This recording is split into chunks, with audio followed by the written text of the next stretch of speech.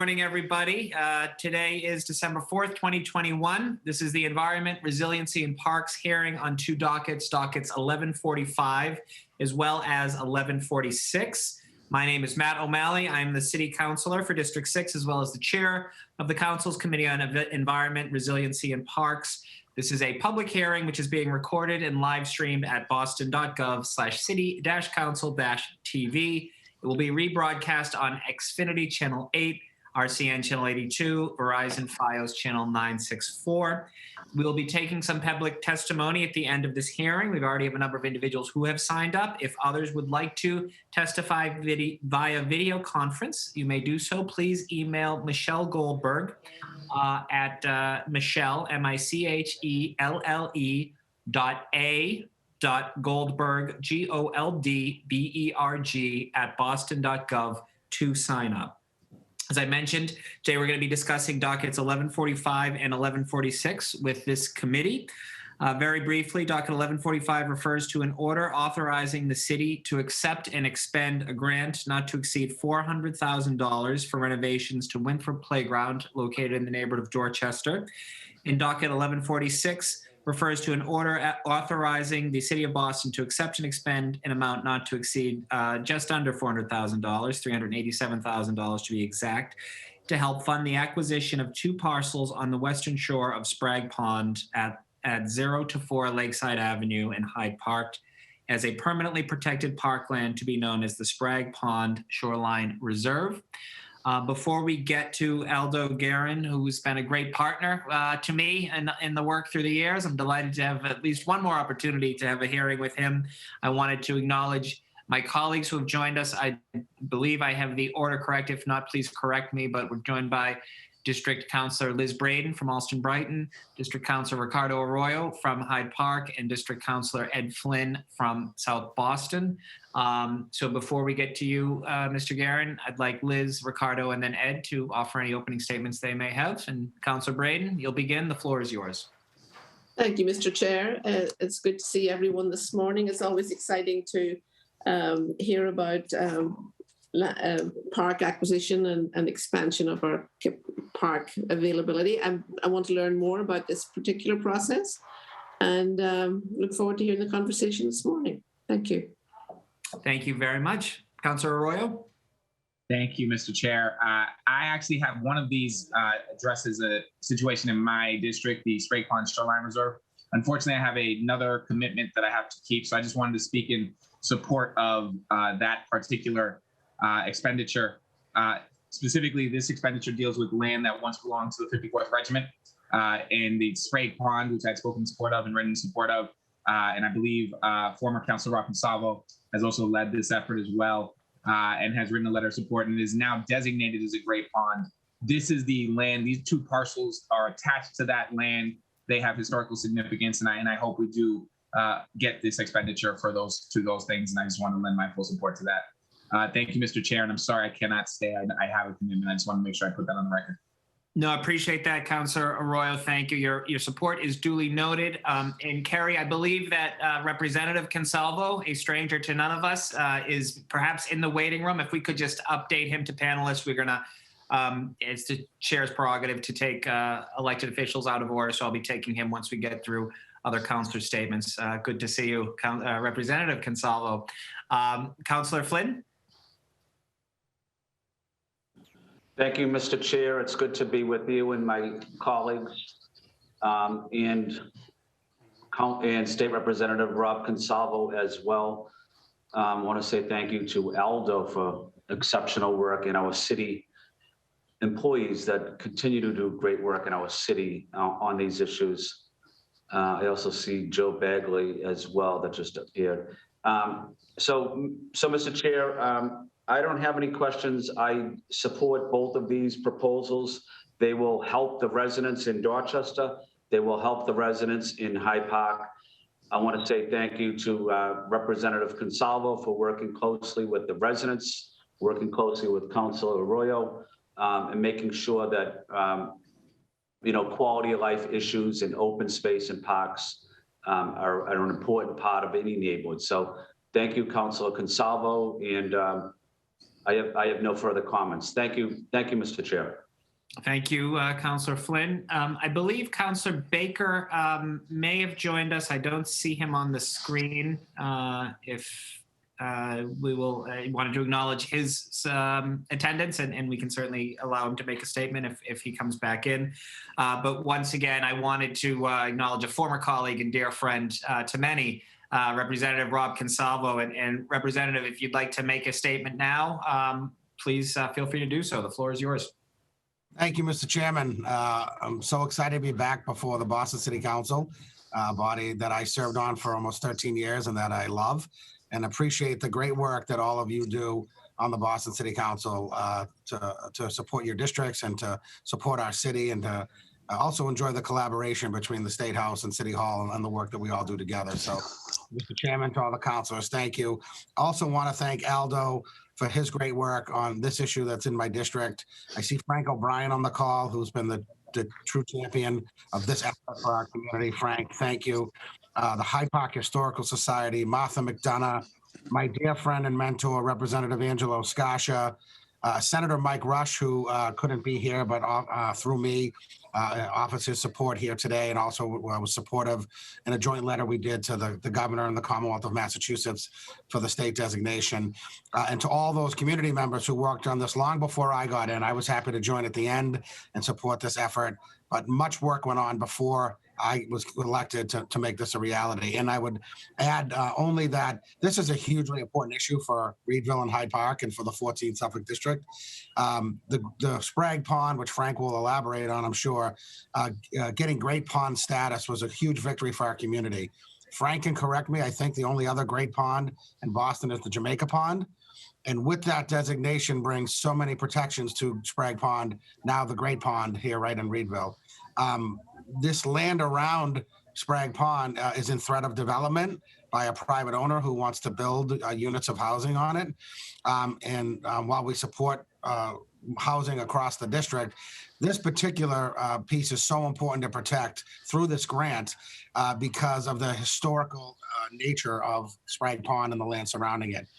Councilor Arroyo, who's been a great friend and ally and partner, who also supports this as he testified, was articulating the fact that the land, in fact, is historic. The Mass 54th Regiment, the first African-American regiment in the Civil War, encamped around Sprague Pond and Meigs Field as part of their encampment. And the land also has historical significance in the Native American community and with indigenous people who lived and camped around this pond as well. So a real piece of City of Boston history, of the Commonwealth of Massachusetts history, the Reedville history right here in our community in Hyde Park. And with this grant and the great work that Aldo and the city's matching this effort, we'll be able to preserve this land forever and continue to protect the historical significance of Sprague Pond, our great pond right here in the 14th Suffolk District in Hyde Park and Reedville. So I would urge you, Mr. Chairman, to issue a favorable report on this, and I would urge the Boston City Council to please vote in favor of these grants so we can move forward with our work with the City of Boston and Aldo and his team. Thank you very much, and wish everybody the happiest of holidays and best wishes in all your future endeavors, including you, Mr. Chairman. I know you're on to bigger and better things, and I congratulate you and wish you all the best and best to your family during this holiday season. Thank you. Thank you very much, Representative. Means a lot. And back to you. Appreciate your tireless work for your district and the people of Boston. So these are two grants that have been awarded by the Commonwealth of Massachusetts Executive Office of Energy and Environmental Affairs, Division of Conservation Services, Parkland Acquisitions and Renovations for Communities, or PARC program. So I'm going to turn now the floor over to Aldo Guerin, who is our Senior Planner for the Parks and Recreation Department.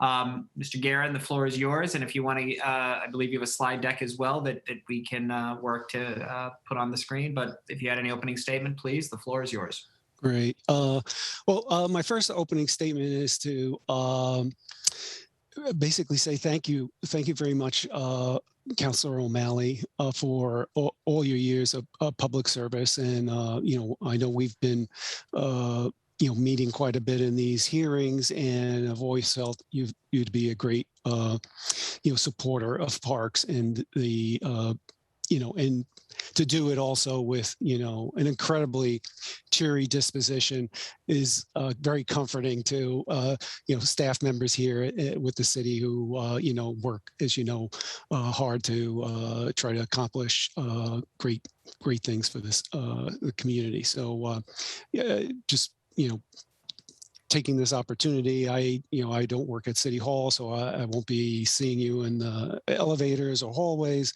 So thank you very much. And also to all the other counselors and to, Representative Consalvo.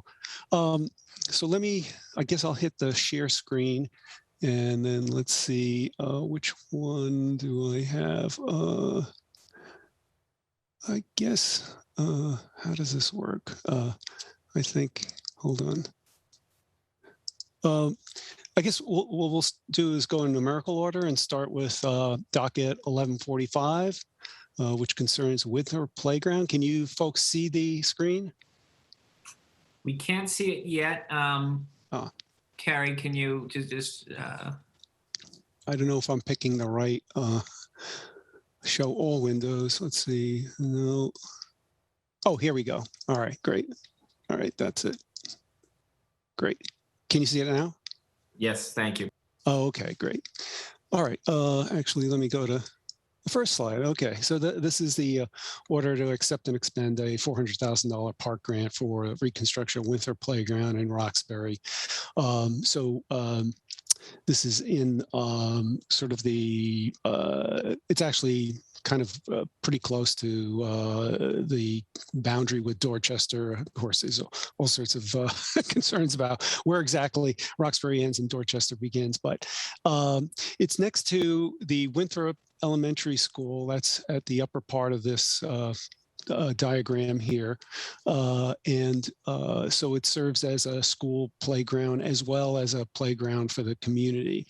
So I'm just going to go quickly through these items. The existing conditions shows a park that has both pervious surfaces, lawns, as well as paved surfaces, the basketball courts, tennis court, and play area, the playground equipment, and also there is a water play feature as well. So it's a nice mix to have both the lawn area as well as the paved areas too, because it just allows people to be able to enjoy nature and also recreation as well. So generally this playground, as I recall, is like, if not one of the first grant I ever got for the Parks Department back 30 something years ago. And so by this time, you'd expect the play equipment to be worn, and talks about here crumbling concrete for the water play, obviously not a safe condition. There are hazardous trees, around. They obviously at some point they get old. You need to take them down. Exercise stations have worn equipment, missing safety surfacing. Game tables are worn, and basketball court, tennis courts have cracks in them, graffiti, and not the access from the playground area to the courts is not accessible. So you need to, if you want to, I think there's if I recall, you basically have to go out of the park, so to speak, to get into the court areas if you're, in need of an accessible entrance. So next slide is what our concept plan will be. So we'll now have a basketball court, the one on the right, as well as a multi-sport court. But it also, I think, includes a capability to play basketball as well, all refurbished with new surfacing. There's going to be a new 5 to 12 and 2 to 5 playground with a new splash pad. These days we have much more up-to-date, state-of-the-art water play features and playground features, so that'll all be improved. we'll be putting in, new exercise equipment over there on the left. The lawn area will be refurbished, and there'll be, not only open field play, but also capability for, say, for this to be used as a practice field. There'll be an exercise circuit and a new paved pathway around for exercise. That'll be in conjunction with the exercise stations and new game tables. So let me see, I've got a little text here. The children's play area will be made inclusive beyond ADA requirements, so that it'll be,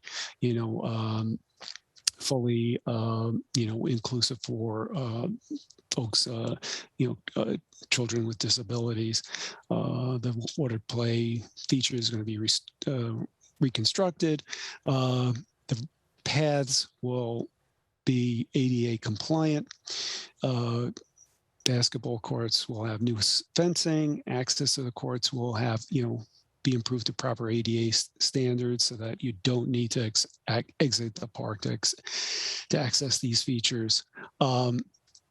Exercise circuit, as I mentioned, water walking loop, new benches, game tables, and new tree plantings that'll replace the few trees on site that are being removed due to safety concerns. And then there'll be an additional 8 trees planted for a net increase in tree canopy.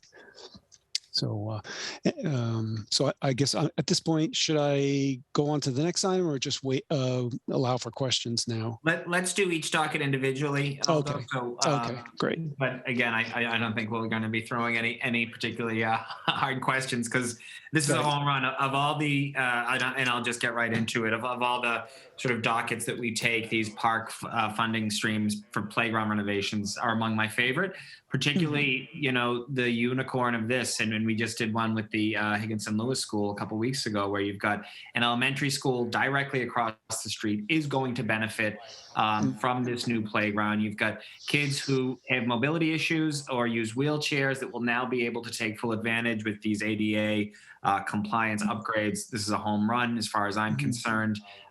Looks great. What's the total cost of the full renovation? I believe, I'm not sure.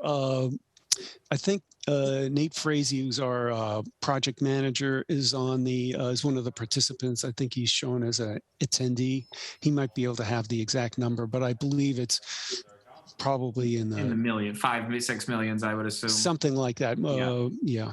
So, because it's a complete renovation. It's not like, where we went in, you used to go in and just do the playground, and then a few years later, just do the courts, et cetera. It's a whole. So I guess it's more, my point is, this is just a small fraction of the total cost.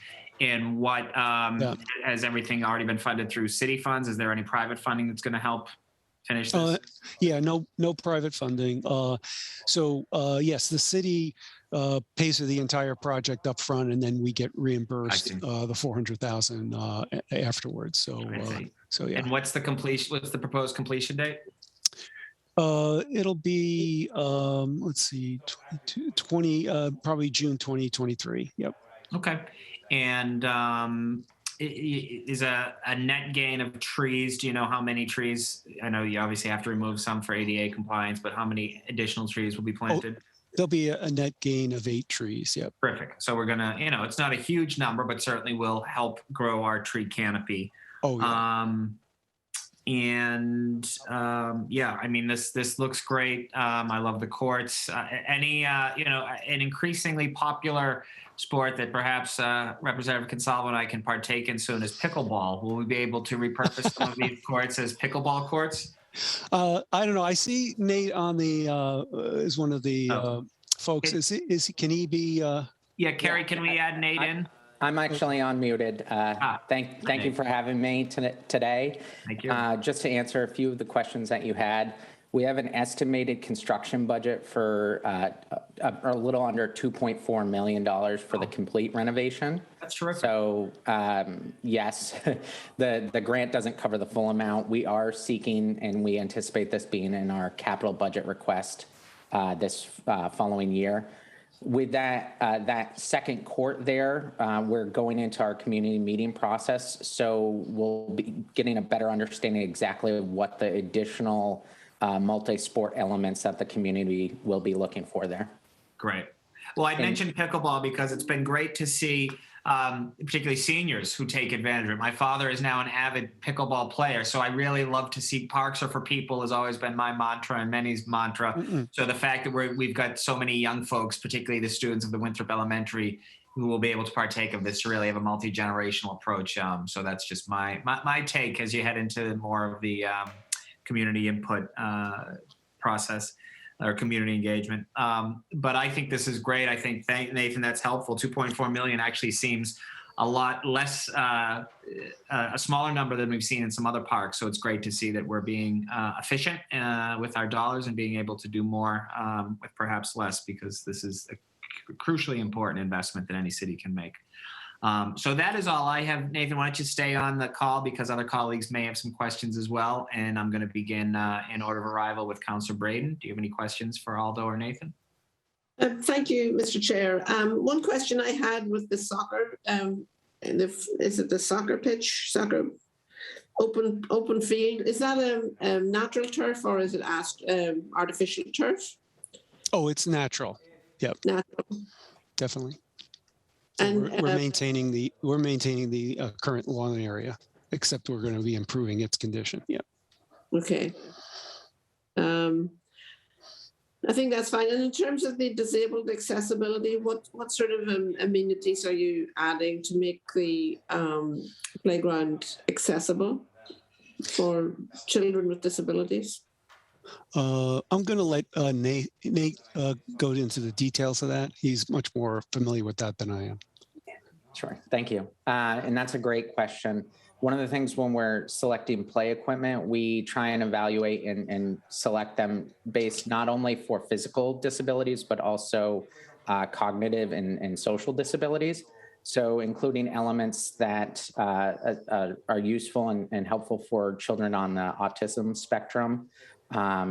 We also look at the accessibility and access of the equipment. So not having only elements that require children to climb up it, but making sure there's a variety of play equipment. So there's both ground level play, elevated play, but both access for both of those. Right now, the accessibility within the site has a lot of settlement issues. So if anybody is in any mobility device, trying to navigate the site is quite difficult. So one of the things we're going to be looking at doing is improving that circulation, but also ensuring, as Aldo mentioned earlier, if you are in the playground space, but then want to go to the courts, you actually have to leave the park, walk up the sidewalk and enter the courts, which in our opinion is not acceptable. So what we're trying to do is add circulation throughout the park so that anybody with any mobility disabilities can access every single element within the park once they're inside. Sounds good. It sounds like a great project. Thank you. Thanks for answering my question. Thank you, Mr. Chair. That's all I have. Thank you, Councillor Braden. I want to acknowledge we've been joined by at-large City Councillor Michael Flaherty of South Boston as well. Welcome, Councillor Flaherty. I don't believe Councillor Flynn is still on, so Councillor Flaherty, if you had any opening statement or questions on this, we're beginning with the Winthrop Playground, and then we're going to go to Sprague Pond next. Yep, no, very good. Thank you, Mr. Chairman, for hosting the hearing. Just want to go on record as an at-large member of the council in support of this grant. And it's great to see my former colleague and the new state representative from Hyde Park on here. And when I cast the vote in favor of your committee report, I will be keeping him in mind because of his staunch advocacy over the years of Winthrop Park. He's been fighting tirelessly for upgrades for years. So happy that it's finally in the pipeline coming to fruition, and kudos to him and his great advocacy over the work. So I look forward to supporting your report, Mr. Chairman. Thank you. Indeed. Thank you. Thank you, Councillor Flaherty. Appreciate that.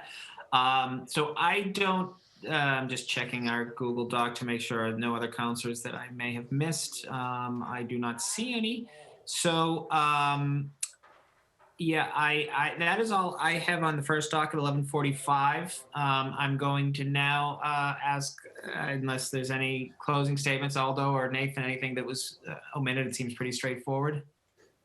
Yeah, no, I have no further comments Great. or remarks. Thank you. No, thank you. And now we'll move on to docket 1146. Great. So 1146 is a request for an order to accept and expend a state park grant for $387.164 for the acquisition of the Sprague Pond Shoreline Reserve. That's what we'll be calling the park. That will be the result of acquiring 0 to 4 Lakeside Avenue and Hyde Park. Let me get on to the next screen. Yep. So this grant will help fund the acquisition of the new Sprague Pond Shoreline Reserve. It has frontage on Sprague Pond, as you can see in this photo. If you, the way the photo looks here, you don't, it's looking, I guess, northeastward. If you're looking southeastward, you'd see a view of the Great Blue Hill. It's a really, really great view. It's currently underdeveloped, vegetated with trees and grasses, and provides scenic access. Once it's acquired, we hope to ecologically restore it, taking out invasives and so on. In a subsequent project, we're going to use native vegetation, and we'll include pathways.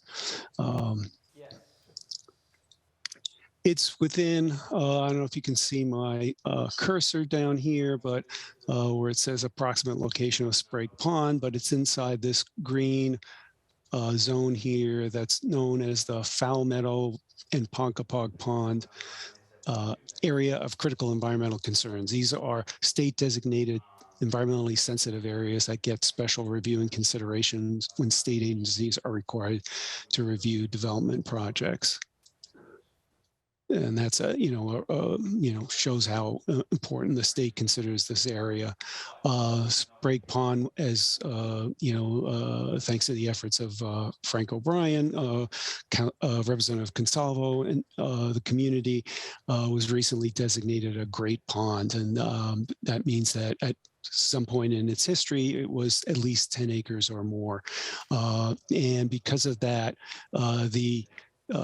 as per state law, every one of these great ponds is supposed to be made, public for boating and open to all inhabitants for fishing purposes.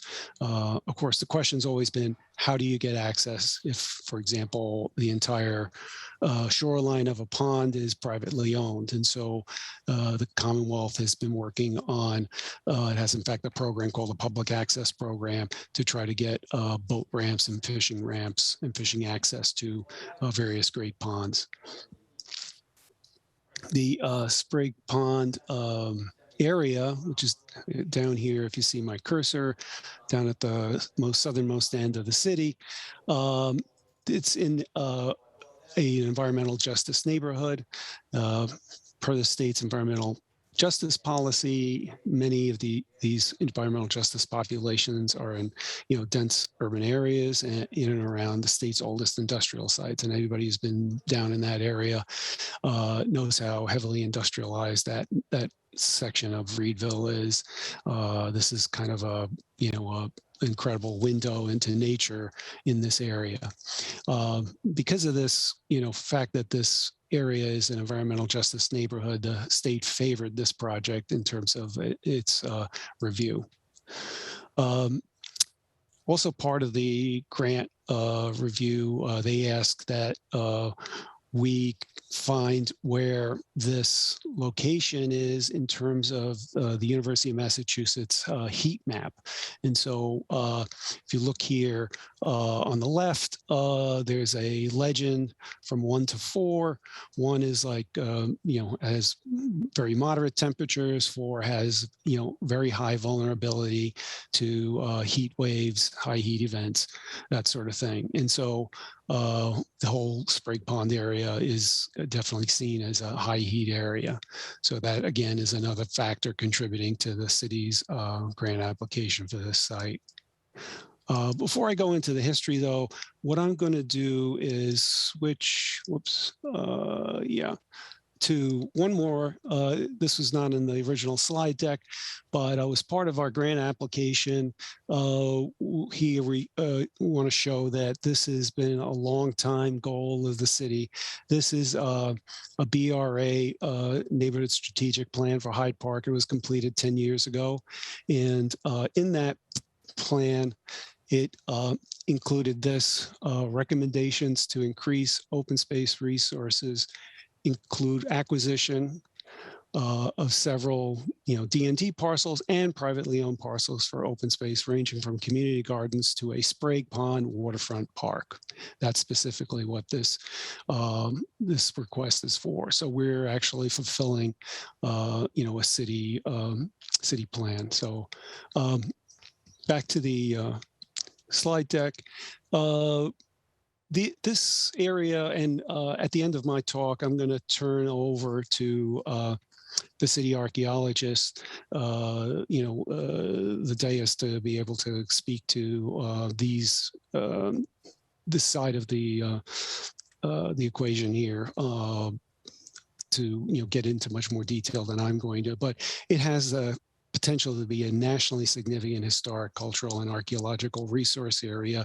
As was mentioned already, this was part of the large Camp Meigs encampment, where the 54th Regiment first, mustered, and they trained there. And so, as I've told people, most soldiers in the Revolutionary and Civil War probably died of disease rather than bullets. So there may be remains of some of these soldiers in this landscape. And so, we want to be able to explore that possibility. It's also considered archaeologically sensitive to Native American occupation. And in this case, it would be the Massachusetts tribe, which is, of course, the tribe that gave this state its name. We're probably talking about right here where my cursor is, where Sprague Pond is located. The Massachusetts Historical Commission, in commenting on our state grant application, said that there are sensitive archaeological resources both from the ancient and historical periods that may be present at this site. They stated the MHC encourages acquisition of the property for open space and recreation to assist to protect and preserve any significant historic and archaeological resources that may be present. So this acquisition that we're proposing, and of course today's vote is simply a vote to accept a grant money. It's not a vote to accept acquisition. We're not at the point yet where we've begun any kind of negotiation, but this gives us the ability to use state resources as well as city resources to acquire this. So it'll help us to, as a means to protect and preserve these historical and archaeological resources, as well as allow the public to access this area for the recreational, natural, and scenic values. The city funds will be from the Community Preservation Act revenues. Back in the spring, the council voted in the FY21 grant round of the CPA to support a open space acquisition fund. So this is going to be, we hope, our first, but there will also be others, first acquisition with using this money. So part of the funds will be from the CPA funds, part will be from this state grant. So this, by voting for this, we'll be leveraging the CPA Open Space Acquisition Fund to get this external funding. So I'm hoping that the city council will, vote to allow the city to accept and expend the grant. Thank you. And now I'm going to turn it over to Joseph Bagley, the city archaeologist. Thanks, Aldo, and good morning, everybody. Thanks for the opportunity to speak today. So I just wanted to start by recognizing that this is part of the traditional homelands of the Massachusetts tribe at Ponkapog, a pond located directly southeast of Sprague Pond at a very short distance from this parcel that we're talking about today. So as city archaeologist, one of my roles is to provide things called sensitivity statements. And essentially that's a professional evaluation of a piece of land as to whether or not it could have an archaeological site prior to there being some disturbance or archaeology even. So that's what I did, I think almost 2 years ago now on this property, provide a sensitivity statement on the particular parcel before I was aware of the city's interest in acquiring the parcel. Basically what that means archaeologically is I go through various historic documents, topographic information. I look up the soils of a property. I look at its relative distance from freshwater, running rivers, the ocean, topographic features such as mountains or waterfalls, and add all that together to essentially make a statement as to whether or not there could be an archaeological site on a particular parcel. In this particular case, I flagged the site as being archaeologically sensitive for both historic and ancient native archaeological resources. The two key components have been discussed already. From the historic side of things, the most obvious historically significant event in the area is the Camp Meigs 54th Regiment encampment. So it's sensitive for that because Sprague Pond appears on the maps of Camp Meigs. I believe there's stables nearby during the war, but the other issue is that there's only a few maps that actually record Camp Meigs over time, but this being an open piece of water, it inherently would have attracted people, as it has for thousands of years likely. So there's undoubtedly activities in the Sprague Pond area that have not been recorded on things like maps that could be archaeologically deposited, or it could have archaeological deposits associated that could still be in the ground. From the ancient native side of things, with the Massachusetts tribe of Ponkapog having been in the area for thousands of years, the things that make this especially significant is, or potentially significant, I should say sensitive, is the fact that it is on the western side of a pond that faces sunrise. It also faces Great Blue Hill, and the Blue Hills are sacred to the Massachusetts tribe.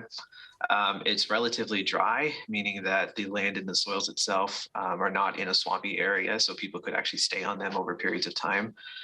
We also have numerous archaeological sites in the vicinity, both in Boston and across the river, the Neponset, which is just east of the project area, or was just east of the project area. All of that together means that this parcel has a high probability of having multiple types of archaeological sites on the property. Also, it has not been developed, which means that if there were any sites there, they may still be there. So this site is especially sensitive for archaeological resources. As it stands right now, without landmark designation, without various federal or state regulations on the property, which don't currently exist, and without ownership by the city of Boston, I have no authority to require an archaeological survey on this property prior to development, which means that if this, that without the ownership by the city, we will likely not be able to enforce archaeology on the parcel. And the site could be developed and we could lose potential archaeological sites. Were this to be acquired by the city, I would be responsible and willing to take on this as a community archaeology project. And this would be similar to our work in Chinatown, similar to our work in the North End and various other neighborhoods of Boston, where we meet with the members of the community to find out what the questions are about these various areas, what's the concerns about the past that we could answer, what questions does the community want us to answer, and that would also include our friends in the Massachusetts tribe, who we've worked with for years and are very close with, to determine how does the planned work in the park impact the ground, and then respond to those impacts with an archaeological survey only in the areas that are at risk, and to provide an archaeological survey with the community, for the community, on this parcel in the future, leaving as much of the site intact and unsurveyed as possible to protect the site. Because the best thing you can do for an archaeological site is to leave it alone. So that's kind of future casting, but that would be the types of work that we would be interested in doing with the city's archaeology program down the road. Thank you. Thank you, Joe. Thank you, Aldo. Joe, I'll begin with you. First off, thank you for that land acknowledgement, the Massachusetts tribe of Ponkapog. It's important. And this is such a unique space. Obviously, it is so important to Indigenous and Native American history. It's so important to African American and Black American history and Boston's history. We need to do this, and it is it's really heartening to see how the work's coming together, the city, the state working together. I wanted to begin again, Joe, by talking about your very generous offer to sort of meet with the community and help oversee the process, which you've done exceptionally well. You've done it at City Hall, you've done it in Roxbury, you've done it in the North End, you've done it in a whole host of neighborhoods, and I think that is absolutely crucial to continuing to do this. I support this. I support both of these grants, unsurprisingly and wholeheartedly.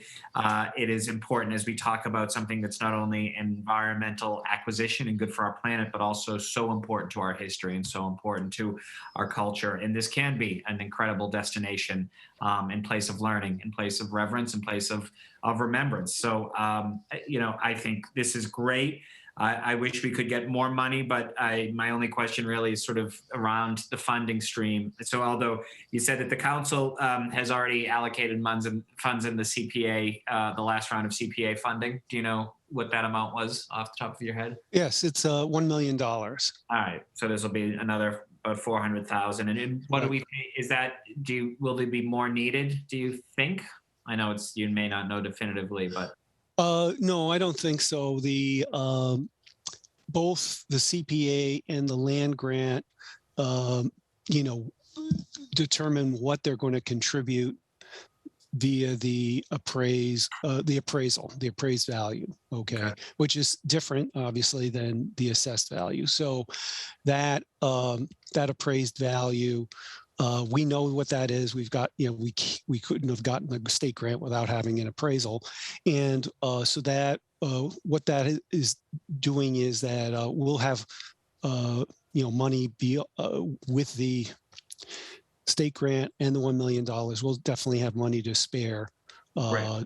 And we're, contemplating other acquisitions outside of, a state grant, in other parts of the city. So, and these are two existing parcels. Yes. Yeah. And I assume there have been fruitful conversations with the current owner.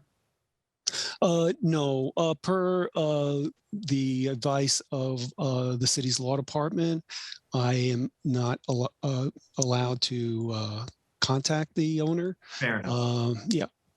No, we obviously want to make sure we're doing this legally and ethically and morally correct. So I guess that makes sense, and it's not too dissimilar from the process we did with the wetlands off of Coniston Road and Walter Street, is that we need to get the funds. So you need to be authorized to sort of enter into an agreement before you do it. Okay, that makes sense. That's helpful fallback. So again, we have 2 meetings next of the year remaining in the year. I will obviously be pushing very hard and I am sure successfully relaying to my colleagues the importance of quick action on these. But this is something that will be absolutely a game changer for not only the Reedville neighborhood and Hyde Park, but for the city and for the entire region. This is something that's so important, both of these grants, and I support them wholeheartedly. And look forward to being at the ribbon cutting, hopefully. And I guess that's my last question. What's sort of an ideal timeline? And I won't hold you to it all, though, because I know that there's no precise science. But when do you think this could sort of come to total fruition? Well, we're hoping for doing the conveyancing within this fiscal year, so hopefully by the end of June of 2022. In terms of any kind of construction, well, that will depend on once the archaeological investigation is completed, and there'll be, that will take time. I think I defer to Joe on that. I think he was speaking, maybe 1 to 2 years, something like that. And then they will give us, some guidance as to, where to place certain facilities, where to put a path, et cetera, so that it doesn't, affect, any archaeological, resources there. So, if we saw a completed park there by 5 years, and that's sort of, I think, seems like a reasonable time frame. But as Joe was saying, the process of going through the archaeological dig, the community involvement, is part of the benefits of this project, and that hopefully they may be hopefully events beyond just simply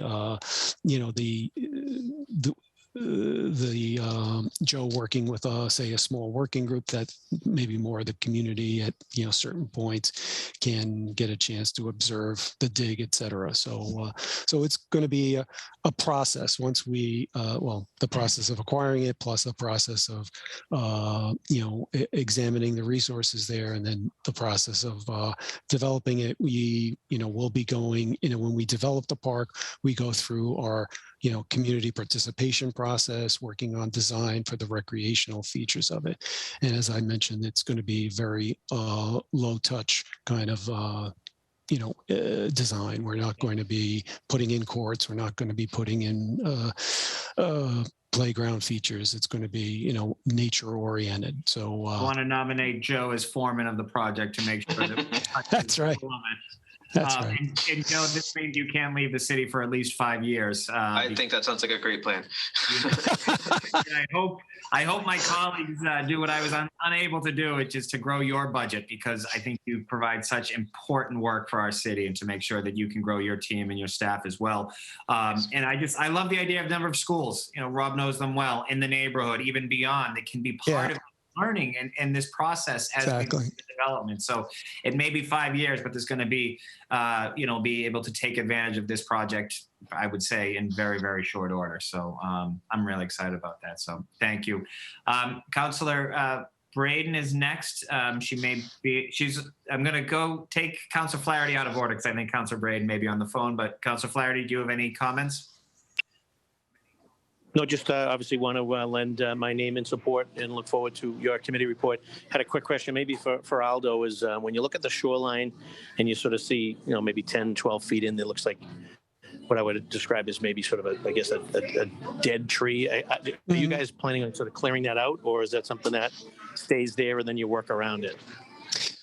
I'm not, probably it'll stay there. In other words, those kind of features are actually good for, the underwater wildlife, as well as, for birds, et cetera, to be able to, inhabit. They use that all the time. Like there's I have a tree that has some dead limbs, and I've been informed that that's actually good for the birds. They want that because it enables them to see. So I think that'll stay. But over with the management we're proposing here, we'll be trying to anticipate when there'll be any kind of branch fall, tree fall, and try to get out any of those potential hazardous conditions before they occur, and that way we won't be in a situation where somebody's walking along and there's an accident. So we want to avoid that. And is there any plans to stock it with any type of fish or? We're going to look into that for sure. Because as I mentioned, fishing is a right for the public, and it not only is a right for the public, it actually happens there.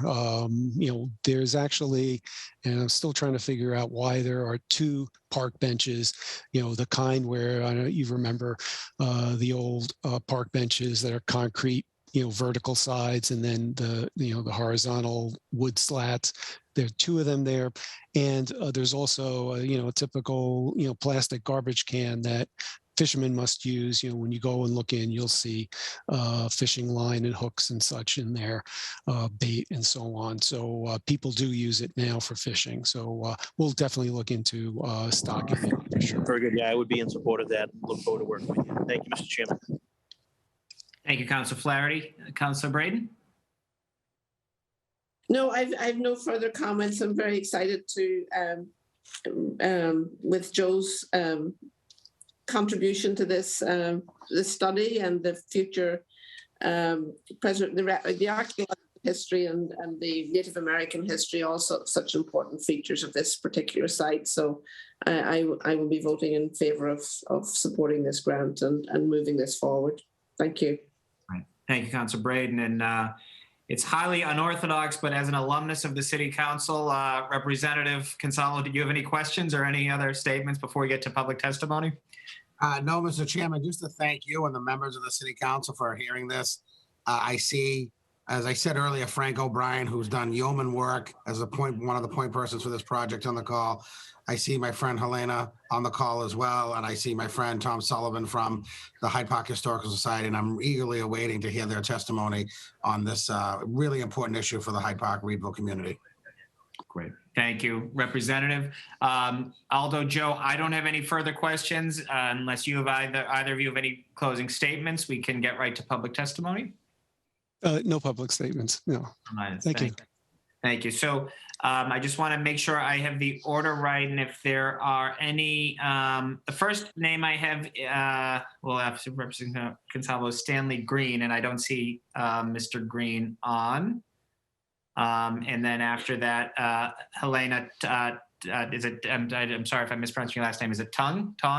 Like the tongue in your mouth. Perfect. Okay, Ms. Tongue, the floor is yours. Then we'll go, of course, to Frank O'Brien after Ms. Tongue. Thank you very much. I've kind of been following this along, kind of learning and also engaging and trying to get a more holistic view about the acquisition of these two particular parcels. And I think I have a comment, and you did ask, one of my questions was there was a conversation with the landowner or developer for this acquisition. I know based on when I came into the scene that these developers purchased these two parcels for development of 3 units, condo units. Let's see, from there, it would pass through BPDA, pass through ZBA, pass through Conservation Commission. And I want to stop at the Conservation Commission because this is one of the things that I say as a constituent and a leader in my community. Oftentimes we have these city departments, and what I've noticed over a period of time in my position and as a resident is there's no cross conversations with these departments when decisions are being made, whereas one department has made a critical statement that's very relevant, but it doesn't pass into something else. And so therefore it's the residents who are bringing this information from that department into the conversation. And even in this conversation today, and with all that's been spoken in the presentation, I didn't hear anything about the Conservation Commission, which is under the City of Boston.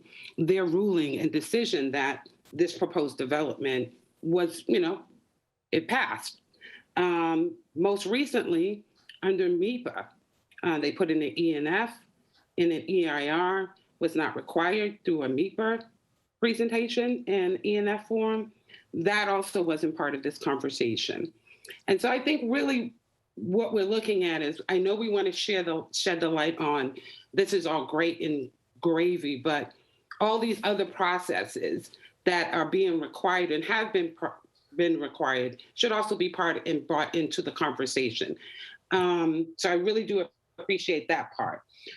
So what I also want to say is, what I also have heard over a period of time, and not in this conversation, but also in other conversations and other settings and meetings, is I'm also hearing about historical artifacts, historical relevancy for the point of making the case of why we should do X over Y.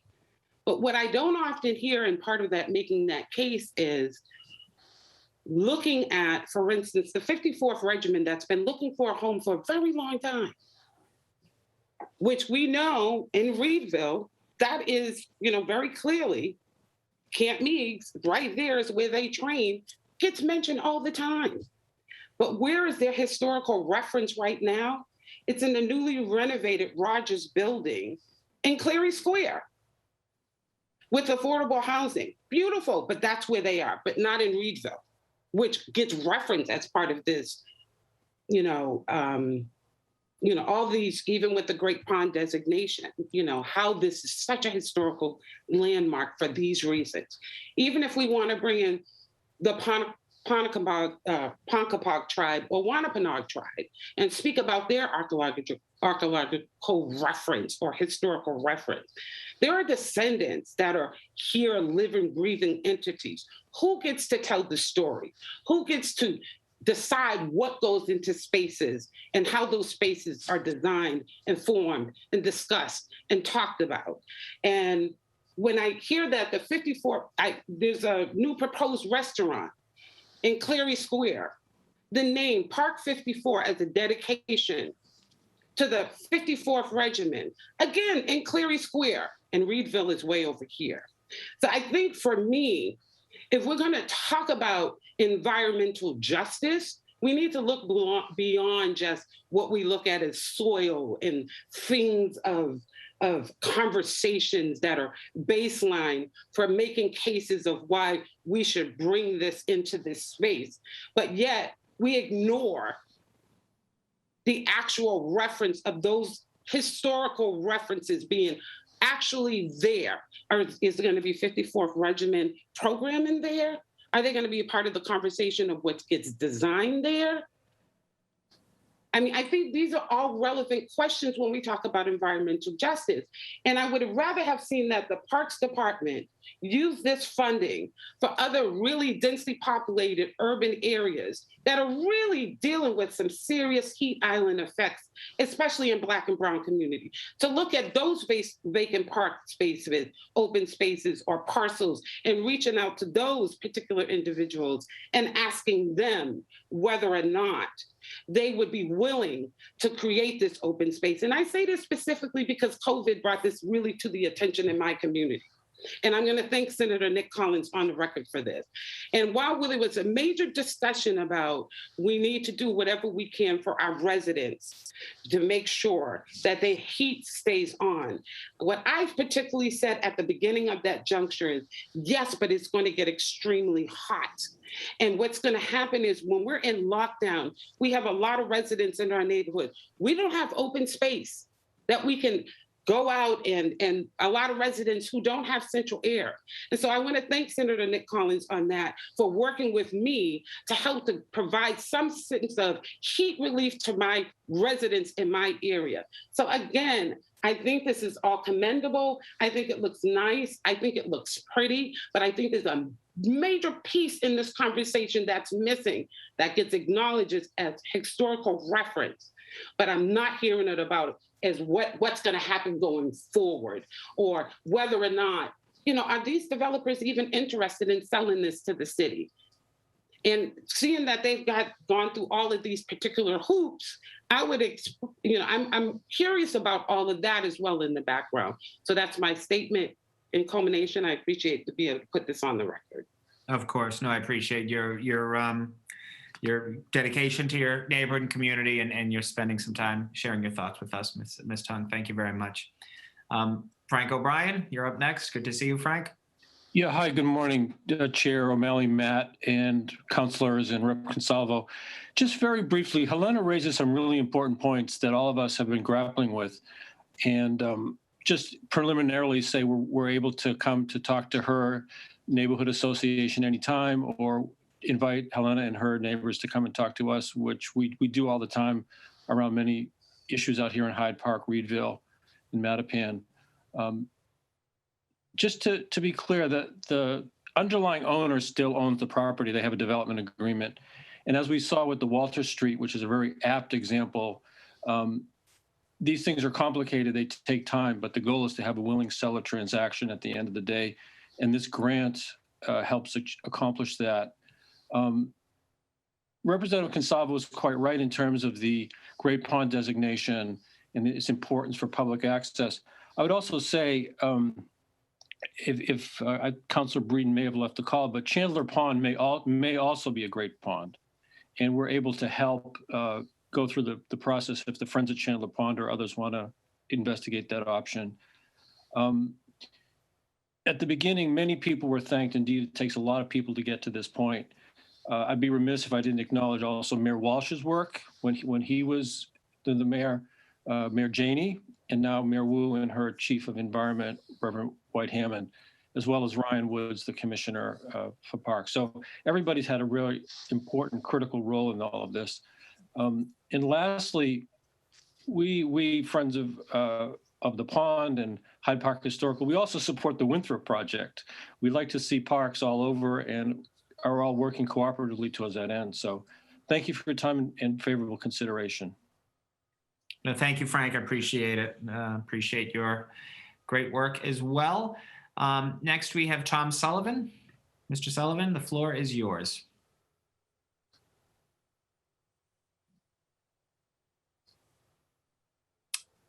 I have two Tom Sullivans, another one that's in the panelists. I'm going to try to promote that unless there may be a issue with the connectivity. All right, so Mr. Sullivan, you are up next.